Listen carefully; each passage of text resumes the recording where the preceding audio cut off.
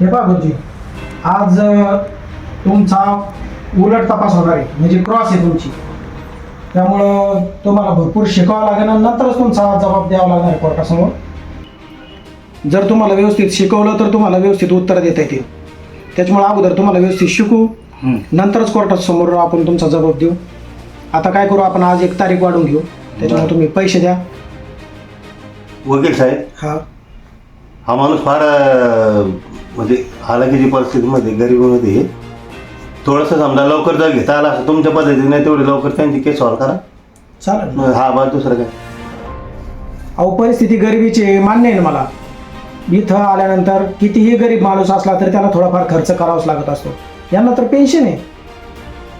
Pension कधी मध्ये भेटती, पगार कसा भेटतो कधी मध्ये, तशी पेन्शन कधी मध्ये भेटत. हा त्याच्यात यांचा उदरनिर्वाह चालतो, बस त्याच्या व्यतिरिक्त काय. क्रॉस आहे ती, गंमत नाही. त्यांना एकदा चांगलं शिकवल्यानंतरच मग कठाडात उभा करू. समोरचा वकील काय प्रश्न विचारेन हे थोडंच सांगता येणार आहे. चांगलं विचारल्यानंतर किंवा चांगलं शिकवल्यानंतर त्यांना आयडिया येऊन जाईल काय सांगायचं, काय बोलायचं तिथं, आणि नंतर आपण जबाब देऊ असं मला वाटतं. त्यामुळं जास्त गडबड करू नका. फी द्या या तारखेला आणि पुढच्या तारखेला आपण यांचा जबाब देऊन घेऊ. घ्या आता. मी काय म्हणलो होतो, त्या उलट आपल्याला काय खरंच होणार नाही काही. थांबा गुरुजी, आता आपली चर्चा चालू आहे. काय सांगतो, थोडीफार फी जमा करा. घ्या नुसती फीज मागा तुम्ही. काय करायचं, पैसे बिशे नाही माझ्या बस हा माझ्याकडे काही पैसे राहील नाही. बरं. मी पैसे देणार नाही.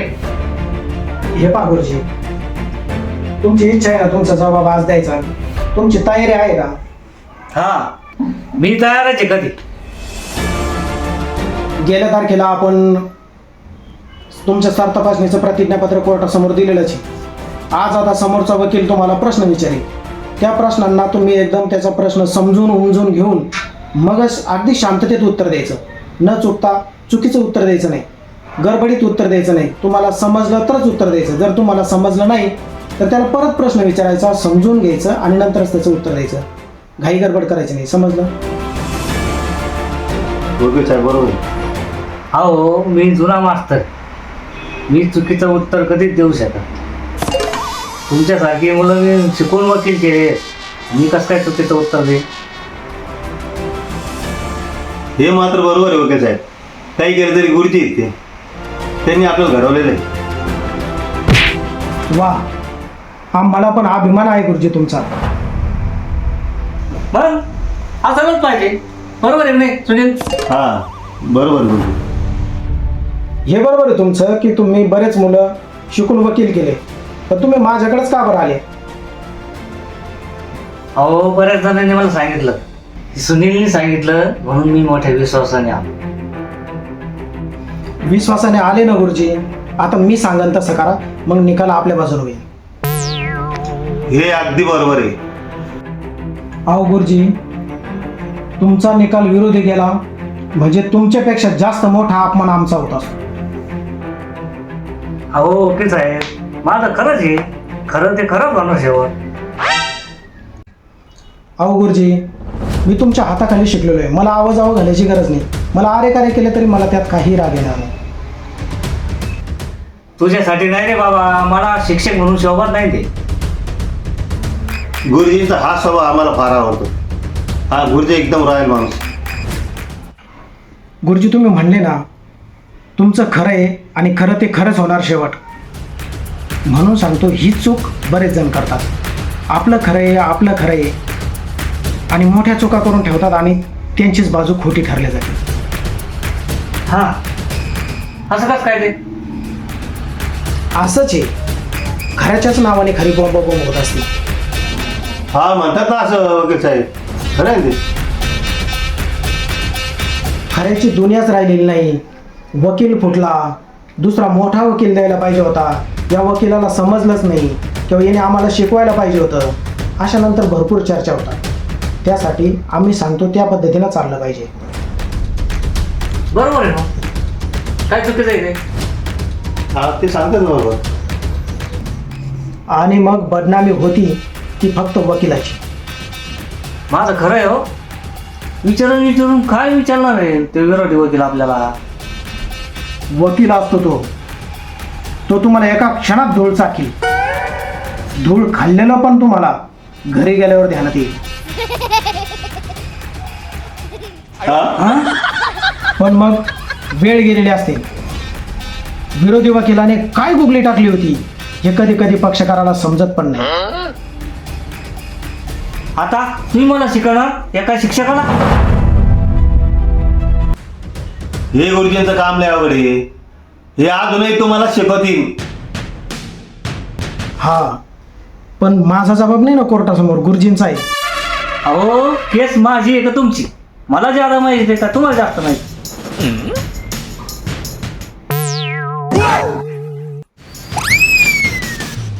गुरुजी काय तुम्हाला बोलून देणार नाही.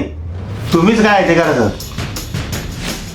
तुम्हालाच माझ्यापेक्षा जास्त माहिती आहे, परंतु तुमचा वकील म्हणून माझी ती जबाबदारी आहे की ह्या गोष्टी तुम्हाला शिकवल्या पाहिजेत. कोर्टात काय होणार आहे, काय होणार नाही, किंवा काय चालतं काय चालत नाही हे तुम्हाला शिकवण्याची जबाबदारी माझी आहे. म्हणून ते शिकवणं तुम्हाला गरजेचं आहे. पण आता तुम्हीच काय करायचं? तुम्ही पराभवच करणार बहुतेक. कसं जजला कन्व्हिन्स करणार नाही? ओके साहेब, जज चांगले आहेत का? जज चांगले आहेत हो, पण आपली बाजू तर सक्षम मांडावी लागेल की नाही? जज काय शिक्षकाने घडवल्याशिवाय थोडा जज झाला. हा, हे बरोबर आहे गुरुजी. लांड्या लबाडे करणारे चोर, भामटे, हरामखोर हे पण तुमच्याकडूनच शिकवून गेलेले असतात का? अरे बापरे. नाही ती आमची शिकवणच नाहीये. कसं काय होईना सर? हा, हे मात्र बरोबर आहे गुरुजींचं. ते सर्वांना सारखंच घडतात. अरे बापरे, असं काय सांगत होते? अहो, हे कोर्ट कचेरीची कामं आहेत, गंमत नाही. जजला सारं समजतं काय खरं काय खोटं, पण आपली बाजू सिद्ध करण्यासाठी तसे पुरावे द्यावे लागतात, कागदपत्र द्यावं लागतात. नाही तर लोक कोर्टाला सुद्धा बदनाम करतात. जर त्या जज बाईला मी खरा वाटलो तर काय आपल्याला अहो गुरुजी, आपल्याला आपली बाजू खरी आहे हे दाखवलं तरच ती खरी सिद्ध होणार ना. जर आपलं चुकीचं उत्तर गेलं तर त्यांना तशीच चुकीची नोंद करावी लागेल आणि परिणामी आपला निकालही चुकीचा होईल. कदाचित आपला निकालही विरोधी जाऊ शकतो आपल्या चुकीच्या उत्तरामुळे. हो, आज काय करता तुम्ही? वकील माझेच आहेत पण नेमकं. गुरुजीची समजून घेण्याची प्रवृत्तीच नाही राव. ह्या अजूनही मला शिकवतात. गुरुजी, तुम्ही समजून घ्या राव. काय म्हणते वगैरे? अरे काय समजून घ्यायचं? अरे जमीन माझ्या बापाची, उद्या कोणी काही करी, काही खऱ्याच्या बाजूने कोणी आहे का नाही? हे पहा, तुमचा या जमिनीवर ताबा आहे. तिथं समोरच्या वकिलाने विचारलं की ताबा कोणाचा आहे, तर तुम्ही ताबा तुमचाच आहे असं सांगा. मग काय, मी काय त्याला ताबा घेऊन देणार आहे का? विरोधी वकिलाची गुगलीच तुम्हाला समजली नाही, मग काय करताल? हा, हा, काय बोलता तुम्ही? मी असं कसं विचारून देईन त्या वकिलाला? अहो गुरुजी, कोर्टानेच परवानगी दिलेली असते त्यांना प्रश्न विचारायला. अहो त्या वकिलांना असं विचारू सर तुम्ही करता काय मग? मग काय तिथंच घुसलून मुडू का त्याला? हा, लयच लांब गाडी. नाहीतर काय राव, हे कायदेशीर भांडण आहे. बरोबर उत्तर आले तरच निकाल आपला. हा, असं कसं? तो काय विचारेन मग? काही कसं कायदेशीर पद्धतीनंच विचारतात वकील लोक. त्यांनी कोर्टात आयुष्य घातलेलं असतं. कोणाकडून कोणतं उत्तर मिळवायचं ही खरी कसा वकिलाकडेच असते. अहो, ते विरोधी वकील काय विचारतील हे शिकवा त्यांना. शिकवा ना मला, मी बरोबर उत्तर दे. बाया उठ पहाड के नीचे. हा, बरं आता शिकवा काही घरी मग नंतर काय कर. हे पहा गुरुजी, जर खरं असलं तर हो म्हणायचं, खोटं असलं तर खोटंही म्हणायचं. हा? विरोधी वकील असं तुम्हाला विचारू शकतो. हे पहा गुरुजी, आता हे जे खरेदी खत केलेलं आहे, या खरेदी खताच्या दिवशी या खरेदी खतामध्ये यामध्ये ताबा दिल्याचं लिहिलंय, बरोबर का? हो. आणि ताबा दिला म्हणूनच याच्यात लिहिला, बरोबर का? हा. अहो काय हा, पहिल्याच प्रश्नात घोडं घातलं तुम्ही पांदळात. हा कस काय घोडं पांढरात गेलं? अहो ताबा आपला आहे, मग आपलाच आहे असं सांगा म्हणलं होतं ना तुम्हाला. हा त्याला ताबा दिलायचं कधी म्हणलं मी? अहो गुरुजी, खरेदी खातात ताबा दिला म्हणूनच यात लिहिला, याला हा म्हणता हो तुम्ही, बरोबर आहे म्हणून सांगता. हा ना गुरुजी, तुम्ही तसं सांगितलं ना. कसं? हा हो, चुकलंच राव. मग समजलं का वकिलाची गुगली कशी असती. वकिलाची उगली समजली, पण खरेदी खात्यात लिहिलेलं खोटं म्हणायचं का? हा, खरेदी खात्यातच खोटं लिहिलंय म्हणून आपल्याला खरेदी खत कोर्टाकडून रद्द करून घ्यायचंय. हा होतं का असं? खरेदी खत रद्द होईल का? हा नाही होणार, कोर्ट आहे ते. कोर्टाला बेकायदेशीर खरेदी खत रद्द करून टाकण्याचा अधिकार आहे. दुसरा प्रश्न विचारतो तुम्हाला, त्या खरेदी खतामध्ये ज्या चतुर्सीमा लिहिलेल्या आहेत त्या चतुर्सीमाप्रमाणे प्रतिवादीची कब्जे वहिवाट कायम आहे, बरोबर? हा बरोबर आहे लिहिण्याप्रमाणे. अहो काय लिहिलेलं आहेत गुरुजी, याच्यात लिहिल्याप्रमाणे तुम्ही हा म्हणता. ताबा कोणाचा आहे? आपला. आणि कब्जे वहिवाट तिची का कायम? नाही राव, पण कब्जा तर माझ्याच आहे. अहो गुरुजी, इथं चुकताय तुम्ही. आता चुकलं तर मग कोर्टात काय सांगणार? नाही, आपलं डोकं जाऊन जातं, काय करायचं? हे पहा गुरुजी,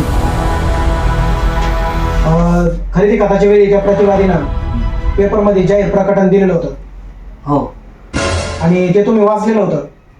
हो. अहो काय हो हो चाललं राव गुरुजी तुमचं.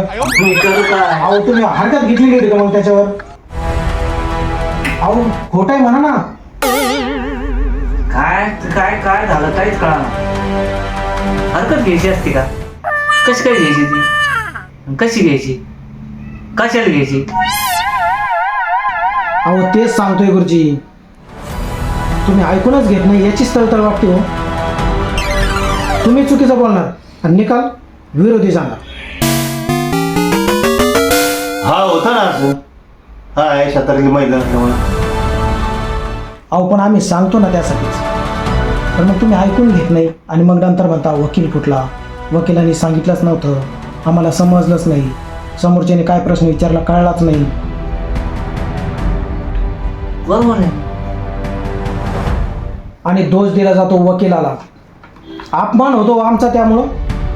म्हणून आम्ही जीव तोडून शिकवत असतो तुम्हाला, पण तुम्ही लक्षच देत नाही.